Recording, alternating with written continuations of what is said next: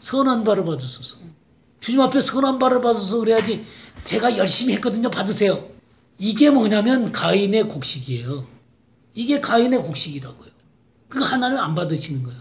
아벨은 하나님의 뜻대로 양의 그 피를 갖고 주님 앞에 갔기 때문에 받으신 거예요. 믿음으로 온전하게 그 하나님 말씀에 화합해서 드리니까 하나님 받는 거예요. 그러니까 내가 아무리 이 세상에 가치 있게 생각되는 것으로 하나님 앞에 갖고 왔다 하더라도 그건 선한 바가 아닐 수 있어요. 이해가 되세요?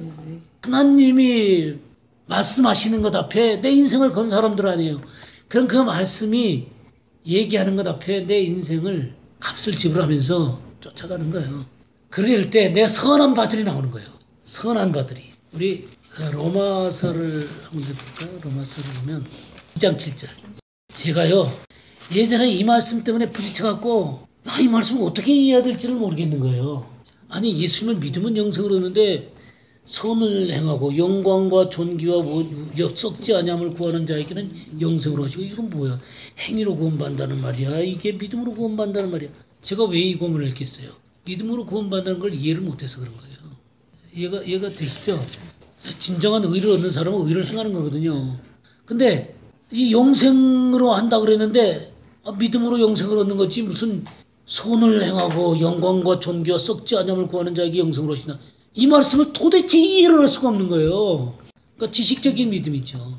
내 생명을 구원하시고 내 삶과 내 인격 전체를 다루시는 하나님의 말씀에 대한 신뢰가 아니라 그 예수님이 날 위해서 돌아가시고 부활하셨다는 것을 지식적으로 받아들이는 걸 얘기해요. 만약 지식적으로 예수님을 믿으면 구원한다는 사람이 이 7절을 대하면 어떡하겠어요? 모순된다고 얘기하겠죠. 제가 로마서를 얼마나 많이 읽었는데 2절에만 오면 정말 답답한 거예요. 이걸 어떻게 이해를 해요? 믿습니다. 교회 다니면 되는 줄 알고요. 그게 믿음의 삶이냐고요. 그게 신앙생활이냐고요. 엘곤이라는 게 이게 성령을 따라 행하는 거거든요. 그게 선행이거든요.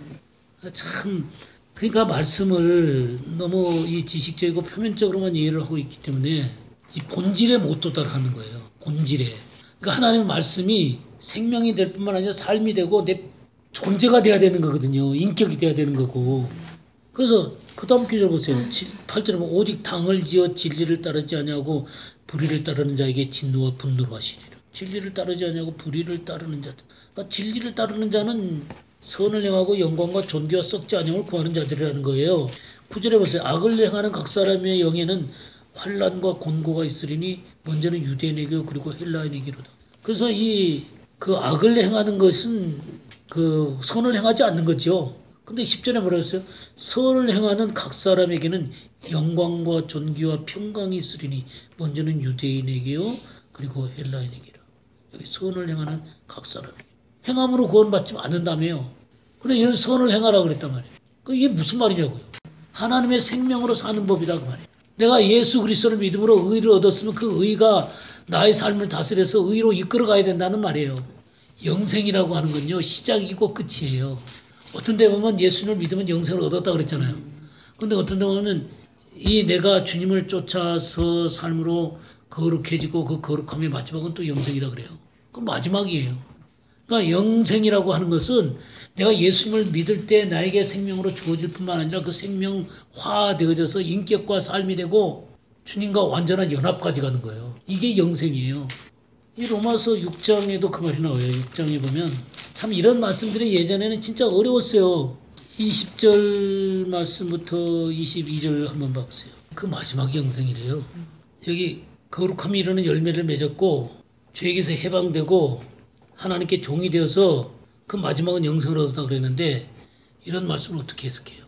이거는 믿음과 삶이 일치가 안 되면 이해가 안 되는 말씀이에요. 그런 어떤 이 인간의 자기의로 행위를 내세우는 것하고 믿음으로 주님을 정말 인정하고 주님의 죽음과 부활을 인정하는 사람들은 이 부활의 생명이 그 사람 속에 들어오셔서 그 사람의 삶을 지배하게 된다. 그건 율법의 행위하고 상관이 없는 거예요. 그러나 이렇게 주님의 생명이 진짜로 들어온 사람들은 율법을 능가하는 삶을 살게 되게 되는 거예요. 사랑의 삶을 살게 되는 거예요. 이 선한 벌을 받아서 이해가 되죠? 네. 불을 제거하시고 선한 벌을 받아서 우리가 수송아지를 대신하여 입술의 열매를 주께 드리리이다. 수송아지를 대신해서. 그러니까 어떤 재물을 갖고 하나님 앞에 드리는 게 아니라 입술의 열매를 드린다 그랬어요.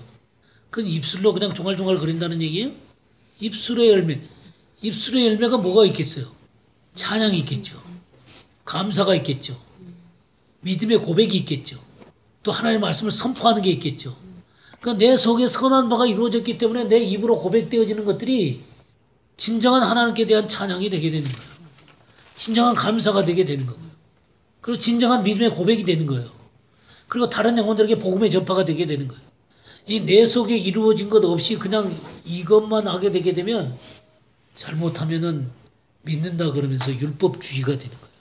율법의 행위로 구원받지 않고 믿음으로 구원받는다 그러면서 율법의 행위로 떨어지는 거예요. 3절에 보시면요. 이렇게 말씀을 가지고 하나님 앞에 돌아오잖아요. 돌아오는 이 사람들은 우리가 아수르의 구원을 의지하지 아니하며 그랬죠. 아수르가 어떤 나라예요? 이스라엘을 멸망시키는 나라잖아요. 이 북쪽 이스라엘을 멸망시키는 나라잖아요. 권세를 가진 거잖아요. 이 세상 권세죠. 권세. 이 세상 권세를 의지하지 않고 말을 타지 않는다. 싸움을 하거나 도망가거나 뭐가 필요해요? 말이 필요하죠? 말은 뭐예요? 수단이죠. 수단. 유용한 수단이에요. 이 세상에서 유용하게 살아갈 수 있는 유용한 수단이에요. 돈도 우리에게 유용한 수단이 될 수 있죠. 내가 여러 가지 이 세상에서 내세울 수 있는 여러 가지 장점도 있을 수 있고 그 놀라운 어떤 재능도 있을 수도 있고 또 가지고 있는 어떤 소유한 것들이 있을 수도 있겠죠. 이 세상 살아갈 때 그런 것들이 나를 유용하게 하고 유익하게 할 수 있겠죠. 그러나 우리가 그것에 의지하는 사람들은 아니죠. 정말 하나님만 의지하기로 하나님 말씀만 의지하기로 그렇게 한 거죠. 그러니까 참 하나님이 참 그런 거 많이 물으세요. 참 옛날에는 쉽게도 대답을 한 것 같아요. 제가요 주님만 의지해요. 근데 참 여러 각도에서 주님이 다루시더라고요. 진짜 네가 나를만 의지하냐. 진짜 하나님 말씀에 인생을 걸도록 자꾸 만드세요. 주님한테 가면 다 끝나겠죠. 그리고 이 세상에서 저는 그렇게 생각해요. 이 세상에서 주님과 나 사이에 이 아브라함이 이삭을 딱 드리잖아요. 그때 하나님 뭐라 그래요? 이제야 네가 나를 경외한 줄 안다. 그때부터 아브라함한테 탄탄대로 걸리죠. 예, 그러니까 그런 사람들을 만드시는 것 같아요. 어쨌든 간에 여기 지금 말을 의지하지 않고 또 뭐라 그래요? 다시는 우리의 손으로 만든 것을 향하여 너희는 우리의 신이라 하지 아니하리니. 우리 손으로 만든 게 뭐예요? 우상이죠, 우상. 인간의 힘으로 세우는 뭐 여러 가지 것들이 있죠, 우상. 여기 13장 2절 한번 볼까요? 13장 2절. 정교함을 따라 만들었죠. 그럼 그 송아지하고 뭐를 맞추라 그랬어요? 입을 맞추라 그랬죠.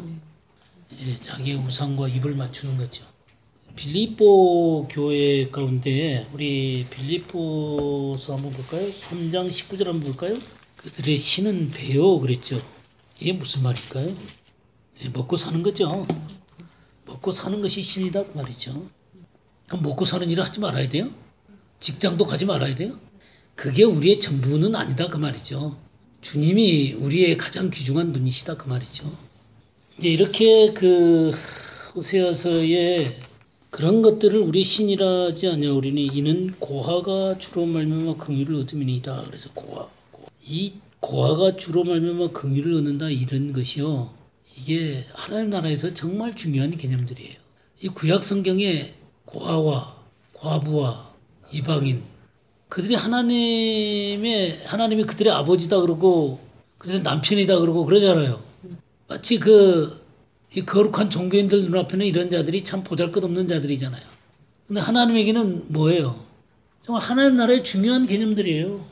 우리가 배운 것들 가운데 저는 자 있죠. 저는 자, 맹인, 뭐 그런 거 있었죠. 고자도 있었죠. 이런 개념들이 하나님의 그 어떤 역사하시는 중요한 개념들이에요. 그리고 가난한 자, 빈궁한 자, 뭐 그런 것들.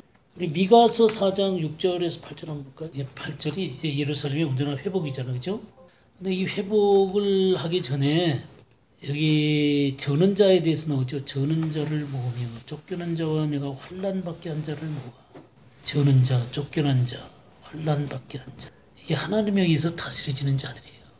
하나님에 의해서 다스려지는 자, 스스로 설 수 없는 자들, 자기 것으로 살다가 쫓겨난 자들, 하나님밖에 바라볼 수 없는 자들, 환난 당하는 자들, 환난을 통해서 자기 것이 부서진 자들이죠. 그래서 7절에 그랬어요. 발을 저는 자는 남은 백성이 돼 남은 자가 된다는 거죠. 발을 저는 자가 남은 자가 된다는 거예요. 멀리 쫓겨났던 자들이 강한 나라가 되는 거예요. 그러니까 하나님밖에 의지할 자가 없는 자가 강한 나라가 되는 거예요. 그래서 하나님의 다스리심을 받게 되는 것입니다. 여기 시온산에서 이제부터 영원까지 그들을 다스리라. 하나님이 시온으로 올라오는 거예요. 하나님과 연합한 대로 올라오는 거예요. 시온의 대로가 그 마음에 있고 시온에서 하나님을 경배하는 자가 되는 거예요. 그러니까 이렇게 해서 주님의 얼굴을 쳐다보는 자가 되는 거예요. 그게 온전한 하나님의 나라를 이루게 되는 것이죠. 그래서 양떼의 망대요 딸 시온의 산이요 이전 권능 곧 딸 예루살렘의 나라가 내게로 돌아올 것이다. 그러니까 하나님의 나라가 온전히 회복될 것에 대한 얘기를 하는 것입니다. 참 이런 개념들을 바르게 이해하는 게 참 중요해요. 일점 일획, 작은 자, 어린 아이. 제가 여러 번 얘기했죠. 이런 사람들에게 임하는 하나님의 긍휼, 이게 하나님의 나라를 이루는 개념이에요. 교만한 자가 설 데가 없어요. 자기를 의를 가지고 설 수 없는 나라가 하나님의 나라예요. 그냥 1만 달란트 빚져갖고 무너져갖고 우니까 내가 탕감해 준다 그러잖아요. 근데 100데나리온을 갖고 빚진 사람한테 그 하나님의 긍휼을 모르는 자죠.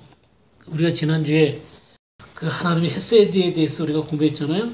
그 긍휼과 그 아가페에 대해서 공부를 했었는데 그런 거죠. 그래서 이런 그게 하나님의 나라로 들어가는 놀라운 개념들입니다. 그래서 말씀을 가지고 돌아와야 된다는 거. 그러니까 말씀 안에서 그가 진정한 회복이 되었기 때문에 진정한 회복으로 나아가게 되는 것이죠.